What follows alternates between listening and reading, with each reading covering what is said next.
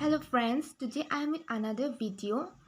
Today I will be starting with the history of English literature and I will begin with the period of the age of Chaucer. So the age of Chaucer starts from 1340 and it ends in the year 1400. So we will begin the age of Chaucer. Historically, the age of Chaucer was one of the most turbulent periods in English history. That means there was many chaos in the age of Chaucer. So it is here written that the most turbulent periods. Now we will look at some of the major important events in the age of Chaucer. So the first even major incident was the Hundred Years' War that was fought Hundred Years' War that was fought between England and France. Now, how it happened, we will look into it. So it happened because Edward III, the son of Edward III, he was the son of Edward II, and Isabella, daughter of the French King Philip IV.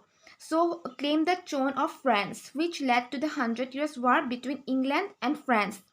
So Edward III claimed the throne of France, because of which the Hundred Years' War began between England and France. This is a very important event in the historical background. Now we will look at another major incident, which was a disease or a plague known as the Black Death. So it was a highly contagious disease which occurred in England, and in the Middle Ages people did not bother much about sanitation and cleanliness, and as a result of which the pandemic of bubonic plague, that means it was a kind of say like pox or something. So here hence it is written as bubonic plague known as the Black Death occurred, and it was a highly contagious, that means it spreaded from one person to another. So a highly contagious disease, it was infectious, which occurred in England. Now another major incident was the peasants revolt. We will look into it now.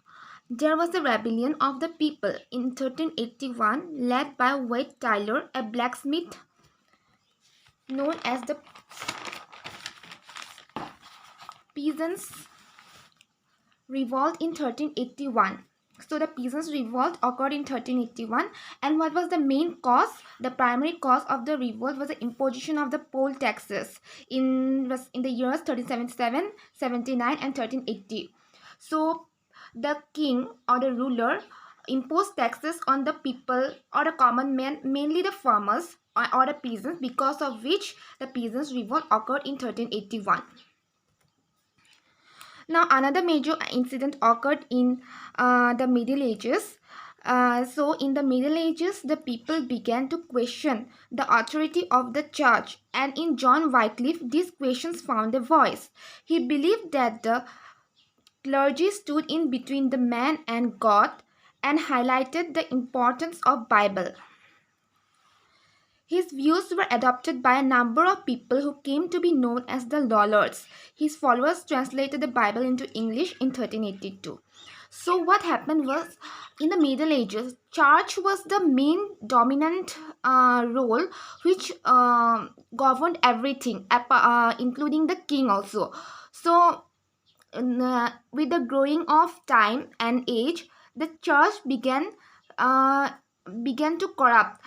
It was under corruption, and people were corrupted, and hence John Wycliffe, who was the leader of the Lollards movement, began to question the authority of the church. Why is the church important, and so on, and how it regulates the lives of the people.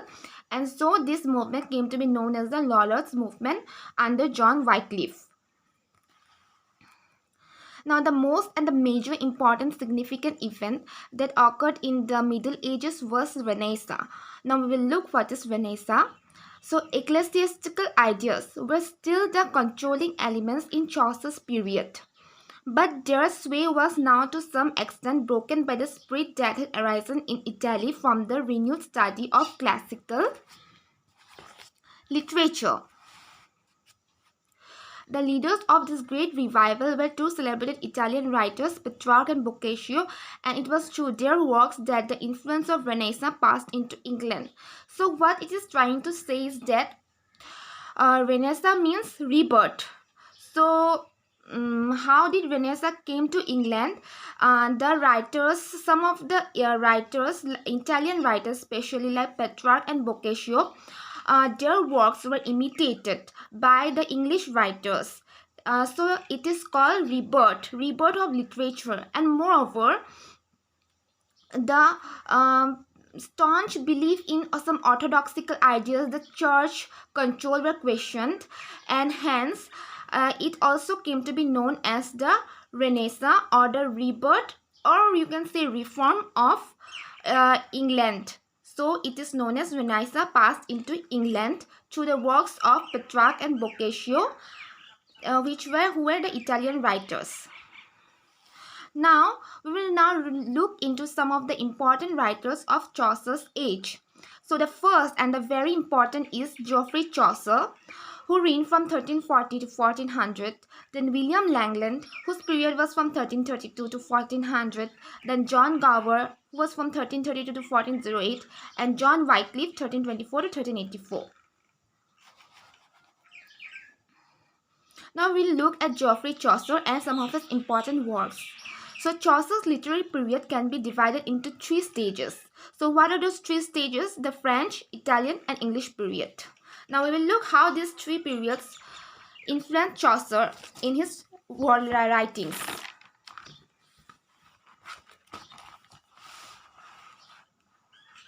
So first we will begin with the French period. So the French period was influenced by contemporary French poetry or French writers. He was mainly influenced by the French writers. So some of his important works in the French period are ABC, A Prayer to the Virgin, is the first of his extant poem. Then the French work Roman de la Rose, which was translated. So it is known as Roman de la Rose, and it was his French work.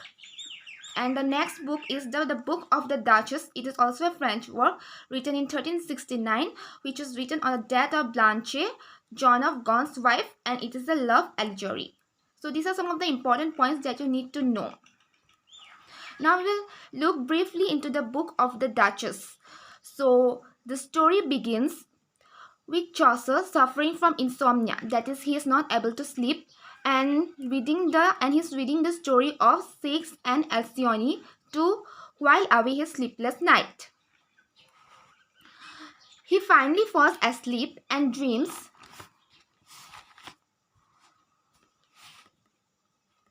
and he finds that he wakes to find himself in bed on a May morning. So he was suffering from lack of sleep and he was reading a book, and then he fell asleep, and in his dream he found that he was lying on a bed on a May morning.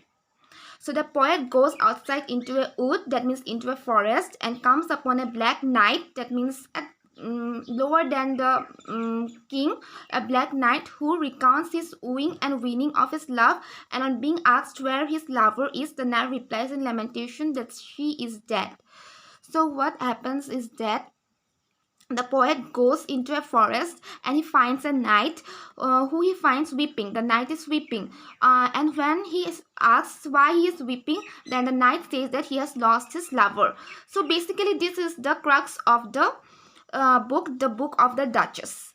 Now we will look at the Italian period, which is from 1372 to 1384. So the Italian period is characterized by variety and new technical innovations in his poetry. Some of his important works are The House of Fame, The Parliament of Fools, Troilus and Cressidi, and The Legend of Good Woman. Now we will look into briefly in The House of Fame. So the House of Fame was influenced by Dante's Divina Commedia. This is very important. So the House of Fame, we have several books. So book 1 opens with a discussion of dreams and proceeds to describe a dream in which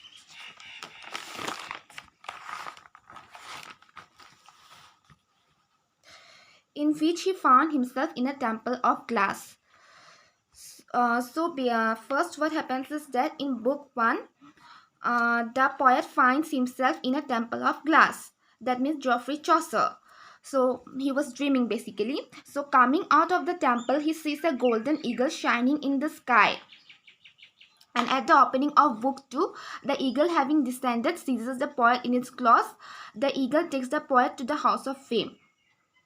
So what happens is that after coming from the temple of glass, he sees the eagle, and the eagle holds him and takes him to the house of fame. This is what happens basically in book 2.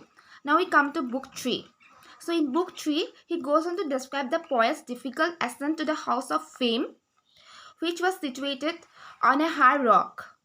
Then a large the names of many famous people were engraved on this rock, and then a large company of people swarmed in, beseeching the goddess of fame to grant them her favor.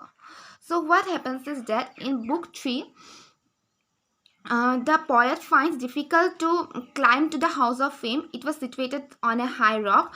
So, and he finds in the house of fame that that means where the house is situated, and the house is situated in a rock, and in the rock many famous people names were engraved on it. So then a large company of people swarmed in. So what happens is that he again, when he enters to a house of fame, he sees that many people are entering into it too, and they are basically one the goddess of fame who resides in the house of fame to grant them her favor. That means they want them their wishes to be fulfilled from the goddess of fame. So after fame, goddess fame has granted the wishes of the people, a man turns to the poet and takes him out of the house of fame to the house of rumor. So this basically happens in another book. And however, the poem ends abruptly unfinished. So that there is no proper ending, or the reader does not come to know what happened in the book, and so the poem ends abruptly unfinished.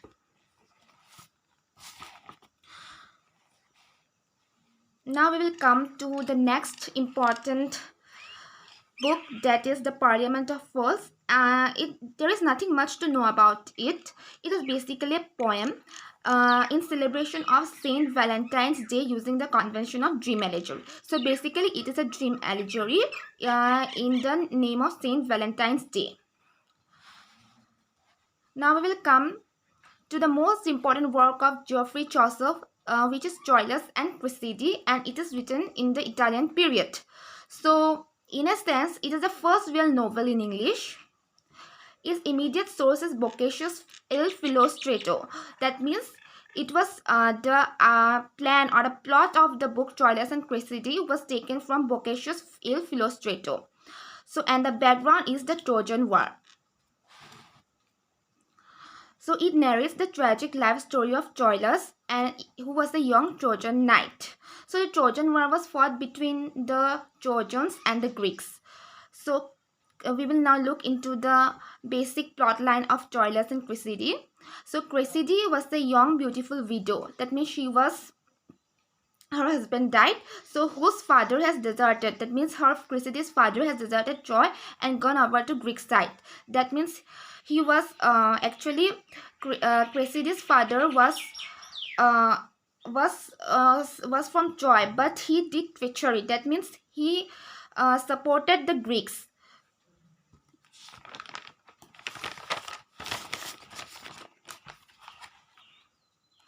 So the first 3 books of Troilus and Cressidi tells how Troilus, with the help of Pandarus, who was his friend and Cressidi's uncle, overcomes a fear of scandal.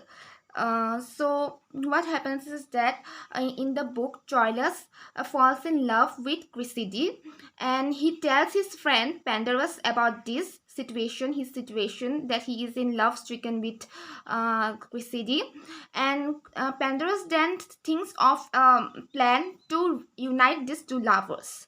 So what happens is, after that, for 3 years, Troilus and Cressida lived in the life of a mutual life. That means they are united for 3 years. But in the 4th book, we come to know that, however, through an exchange of prisoners, Cressida had to be sent to her father in the Greek camp. There was some problem going on in the war, and therefore Cressida had to be sent to her father in the Greek camp. And then Cressida tells Troilus that she will soon come to him, but it was all in vain because Troilus waits for her in vain, since at last he comes to know that his beloved has been the bad partner of Diomedes, and he becomes desperate and is eventually slain by Achilles. So what happens is that Troilus waits for her, but she doesn't return. And he also comes to know that she has been married with Diomedes, who was again a Greek knight. So he becomes very desperate, and at last he was killed by Achilles, who was the Greek soldier.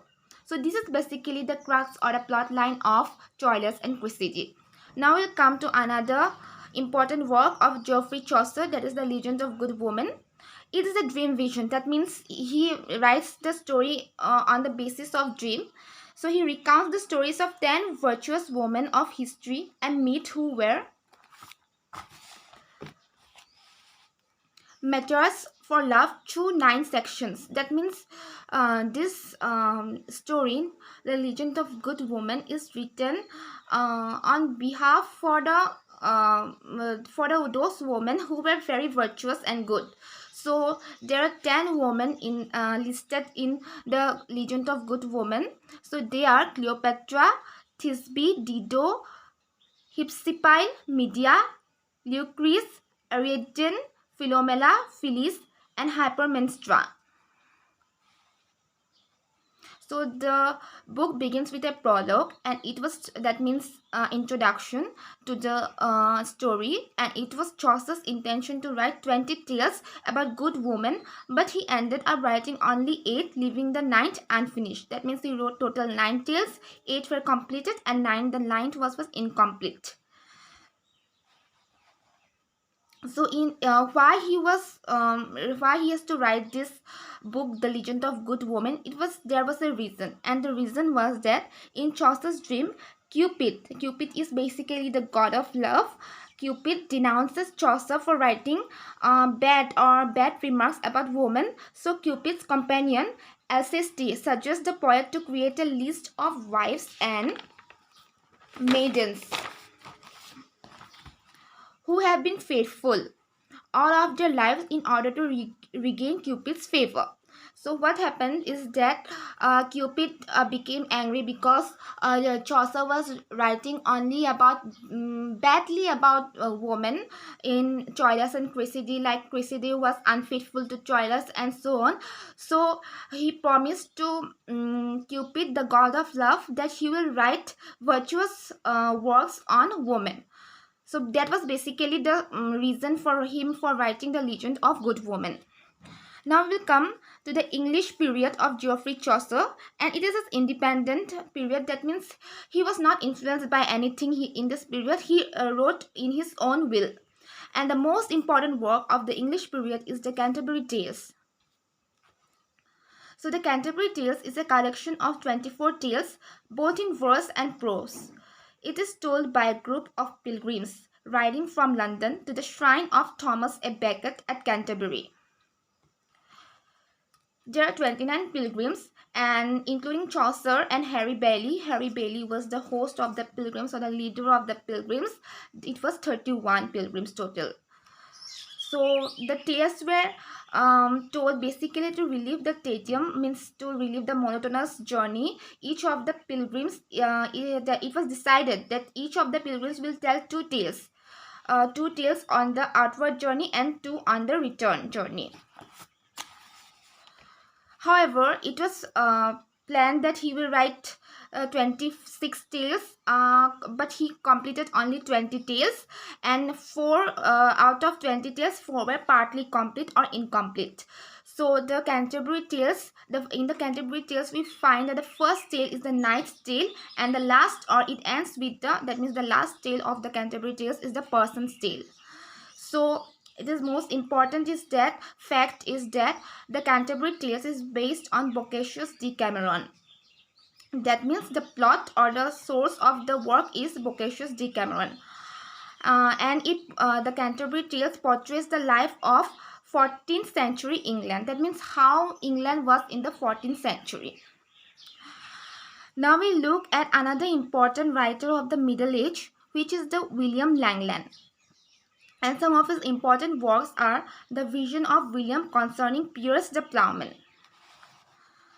What is basically it is that Piers the Plowman, written by William Langland, describes a series of remarkable visions that pass before the poet dreamer. So the poet William Langland dreams, and he writes what he dreams about a series of remarkable visions that pass before him. It is basically a satire. Satire means some mocking at something. So it is a satiric denunciation of the corrupt clergy of the time. That means it exposes or it portrays how the church, basically the priest and clergy, were corrupted at the time. It also exposes the follies of the age, that is how the age, some of the people and the manners and regulations were deprived, and it were bad, not up to the mark. So he exposes the follies of the age, and it is also an allegory on life. So now we will look at the brief outline of the Piers the Plowman. So the poet falls asleep, that is William Langland. He falls asleep and sees in a dream a field of repentant sinners drawn from every section of society. So he finds in his dream that many people who have committed sins are come together. So they are all going on a pilgrimage to the shrine of truth, but they do not know the way. So they are going to repent their sins. They are going for to the temple of truth, but they do not know the way. So Piers the Plowman appears on the scene and guides them. He is a symbol for Christ. So this is the basic outline of Piers the Plowman by William Langland. Now we'll come to the last important writer of the Middle Age, who is John Gower, and his important works are Speculum Mediantis, which was written in French, Vox Calamentis, written in Latin, and Confessio Amantis in English. Now friends, these important facts are these little facts are very important because they might come in exams. And it is also important from the knowledge of history of English literature. Now we will come to Vox Calamentis. It is a dream allegory in Latin dealing with peasants' revolt of 1381, giving a savagely gloomy picture of violence and disorder. So it basically deals with violence and disorder and the peasants' revolt. So it is also a dream allegory, and so it is written in Latin. Now we'll come to Confessio Amantis. So it is also an allegory, normal allegory with a disquisition on the 7 deadly sins. So the Confessio Amantis deals with the 7 deadly sins like greed, anger, jealousy, and so on. So friends, hope you like this video. Please don't forget to like, share, and subscribe. And if you have any doubts or queries, please do comment and let me know how you find this video. So thank you, and I will end this video here.